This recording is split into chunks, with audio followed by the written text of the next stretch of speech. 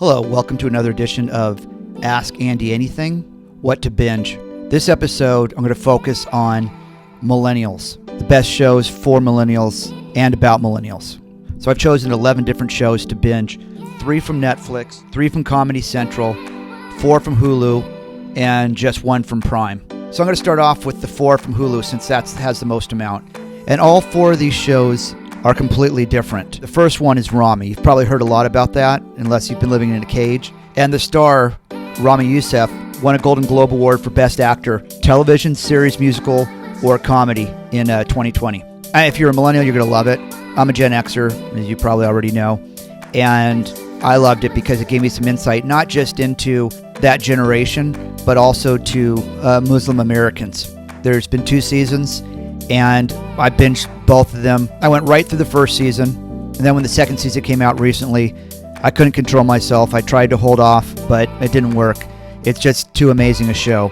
And Rami Youssef, he's just somebody that you're just rooting for. It seems like an amazing person. Love to meet him in person. He'd be one of those people I'd love to have lunch with. He's just got real low-key charisma, and he explains how it is to be a Muslim American and just does it in such a funny, heartfelt way. He is the least threatening person, and so for everybody who has a vision when they think about Muslims as Islamic fundamentalist terrorists, the exact opposite. He's a bumbling guy who's really just looking to get some action and really messes everything up. He's kind of like younger version of Larry David from Curb Your Enthusiasm. So just watch it. And I'm calling this a Hulu show because originally it was on FX, and I believe everything from FX is on Hulu now. This is called ATLANTE. So again, if you're a millennial, you've probably heard about Atlanta. And this one, another one that brings you into a completely different culture, and that's the millennial African-American culture in Atlanta. And you know the star, Donald Glover, also known as Childish Gambino. And he's same thing, that low-key kind of loser charisma as Rami has. And he's really just trying to figure his way out in the world. And he's surrounded by wannabe rap stars and gangsters and really everything that happens in the urban part of Atlanta. It also has one of my favorite actors, Lakeith Stanfield. He had a small part in the movie Get Out.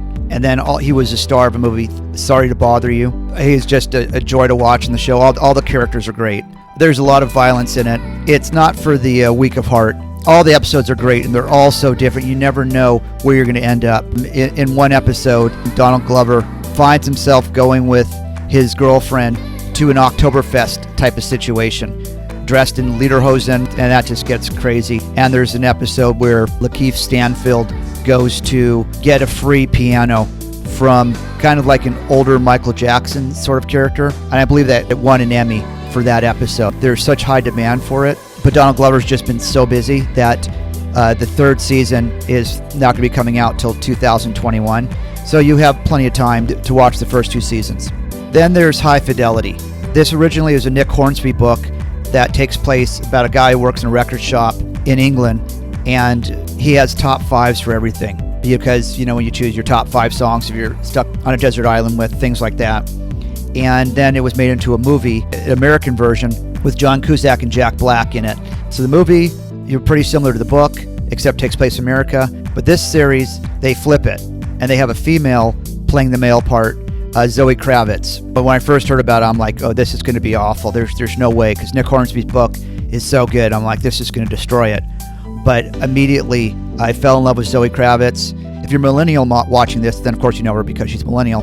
But I know her from her parents, Lenny Kravitz and Lisa Bonet. They're gorgeous, and they make gorgeous children, and I couldn't take my eyes off of her. She's just, again, another charismatic person, which you really need to have to carry these shows, but also surrounded by some good supporting characters.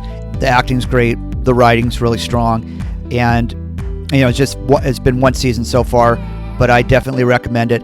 It's a really good show to watch with your significant other. Basically a rom-com made into a series. Finally, my 4th pick from Hulu for the Millennials is Alone Together. This is just something that you can watch as a palate cleanser in between other things that are maybe a little more intense. And it's 2 young comedians, about 30 years of age. Esther Povitsky is the star of it. And I just watched a stand-up special of hers on Comedy Central, which is pretty hilarious. I mean, her style is just real dry wit, self-depreciating, making fun of being Jewish, that sort of thing.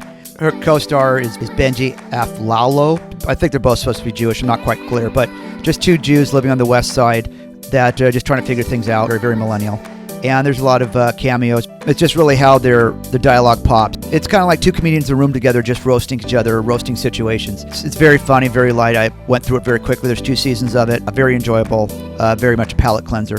The one downside to it, the guy who plays Benji's his older brother, Chris D'Elia, I believe his name is. And you may have seen him in the news recently for questionable Me Too. And if you've seen him in You, where he plays a pedophile, I guess he gets typecast for that because that's just the kind of energy that he brings across. I mean, he is perfect in this role as the older brother who's just pure sleaze. But if he makes you uncomfortable, I'll give you a heads up about that. Next, I'm going to go over to my 3 picks from Netflix. I'm going to say number 1 is Master of None with Aziz Ansari, which you would know from Parks and Rec. And of course, again, if you're a millennial watching this, you know who he is. If you're not a millennial, he's a Muslim from Indian parents. And it's a lot like Rami, except he never goes too deep into things. He touches on things, but not in the way in which Rami goes head first and really deep. And if you've seen Aziz Ansari and you've seen him on Parks and Rec and you've seen his stand-ups, he's very light. He's just not going to do anything that's really going to make anybody upset or uncomfortable. It's really enjoyable, very lighthearted, fun little romp. I highly recommend that one. It's been a while. There's 2 seasons, I believe, of it. But I call it a companion piece to Rami. When Rami gets a little too heavy, you can move over to Master of None. Then, Love. There's been 3 seasons of Love. I'm not sure if they're going to be making a 4th. It's about a super dorky guy, Paul Rust, who everyone mistakes for being Jewish. He actually played one of the non-speaking roles in Inglourious Bastards as one of the Jews. It also stars Gillian Jacobs, who you know from Community, and also on Community was Donald Glover. So Community has spawned a lot of great comedians. They both work in the industry. The actress that he's a tutor for is amazing. And the characters in this, again, fantastic, great writing. This is like a more rom-com. This is closer to the high fidelity sort of thing. You know, boy meets girl, boy loses girl, they get back together, everything that happens, but it's not as predictable as it may seem. Paul Rust, I just think he's amazing, and I love Gillian Jacobs as well. He's from the Midwest, so he's pretty chill, and she's kind of the femme fatale. I guess that was the closest thing to explain it. Anyway, check it out. And my 3rd choice from Netflix for millennials is Imposters. Was not originally on Netflix. It was on one of those regular network TV. My teenage daughter stumbled upon it, and we just started watching it as a family. And this stars the gorgeous Inbar Lavi, who basically makes her money by making people fall in love with her, men and women, and then marrying them, and then taking them for everything that they've got. I mean, there's not a lot to this show. It's not something that's going to change your life or anything like that. It's very light, but it's kind of fun to see the way in which she goes about becoming other people and getting people to fall in love with her. This would be my most throwaway one on the millennials list. And then jumping across the pond, we have on Prime, Fleabag. This stars the wonderful Phoebe Waller-Bridge, who also wrote this. She also wrote Killing Eve, which we talked about in another episode of my show. She plays totally confused millennial, but in England this time. It's pretty much the same, whether in England or New York or Los Angeles, and just stumbles through life. She breaks the 4th wall all the time. It's a pretty heavy show. It's very, very dark English comedy. Phoebe Waller-Bridge, if you don't already know about her, but she's someone that you're going to hear a lot of in the future. Again, not for all tastes, but definitely thumbs up for me. There's 2 from HBO. One is Girls, so obviously any millennials can know about this, but if you're not a millennial, Girls is about, I believe it's 4 20-something girls living in New York City that are just trying to figure themselves out. So here's another New York City one. And what's interesting in Master of None and Rami, what you'll notice is that you'll see some of the same actors are in all 3 of these series. And that's just, I guess, the New York City thing. Girls, it's very entertaining. It's very unique. It's like nothing you've ever seen. It's like the respectable Broad City, if I could say that. But there's a lot of nudity, and nudity from someone you don't want to see nude, which is Lena Dunham, the main creator of the show and the star of it. And she finds any chance she can to be naked with a really hot actor. So more props to her for doing that, because you know, if it was reversed, guys would be getting high fives for lots of nude scenes with top actresses. So anyway, again, I'm a Gen X, so forgive me, millennials. And then the second one on HBO. Also, same characters. Same people pass through, same actors. High maintenance. This started off as a web series before landing on HBO. And it's about a guy who, basically a marijuana bicycle delivery guy in New York City. It's very similar to Girls, to Rami, and Master of None in terms of just you don't know where the day is going to take you. And this one is pretty graphic. Most conservative Gen Xers, are not going to like this at all. There's a lot of what I call wrong nudity, when the people you don't want to see nude are nude. There's a lot of there's transvestites, homosexuality, everything you can imagine in New York City. It gets pretty gritty. I will have to say there are some episodes I had to fast forward through. He doesn't even have a name. He just goes by the guy. The guy who wrote it goes by the guy. Sometimes he's not even in the episode. He'll start off, he'll deliver marijuana to somebody, and then the show will be all about the person he delivers to. This is really a companion piece to Master of None and Rami, and to Girls to some degree. All right, now I have 3 left, all of Comedy Central. So of course this could be light. We've got Nathan For You.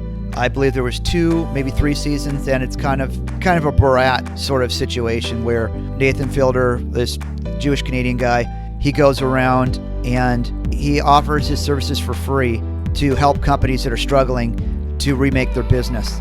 And he just comes up with the craziest ideas. There was a video that went viral a few years ago. It's a pig that saves a goat from drowning. This was all set up by Nathan For You before the show even came out. And so he revealed later that it was him that came up with it. But he does that, and he comes up with a dumb Starbucks to compete against Starbucks, which you may have heard about that in the news.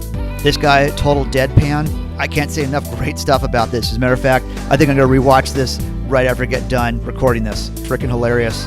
And of course, shows like this can only go a few seasons, because once you make it on mainstream media, people start to realize who you are, and it's tough to find people that can get fooled by you. And something that started at the same time and went about 3 seasons, The Kroll Show, another Jewish funny man. There's a lot of Jewish funny men. I guess that should be redundant. And this is Nick Kroll. He was in Sausage Party, played the douche in Sausage Party, and him and his buddy created the show Big Mouth.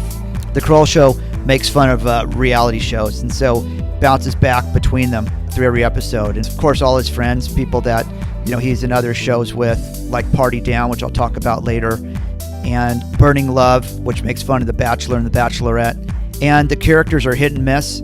I love most of the characters. And there's one with Jack Mulaney, Too Much Tuna, and to try to even explain these skits is pretty difficult. Yeah, check it out. And then finally, on Comedy Central, the other 2.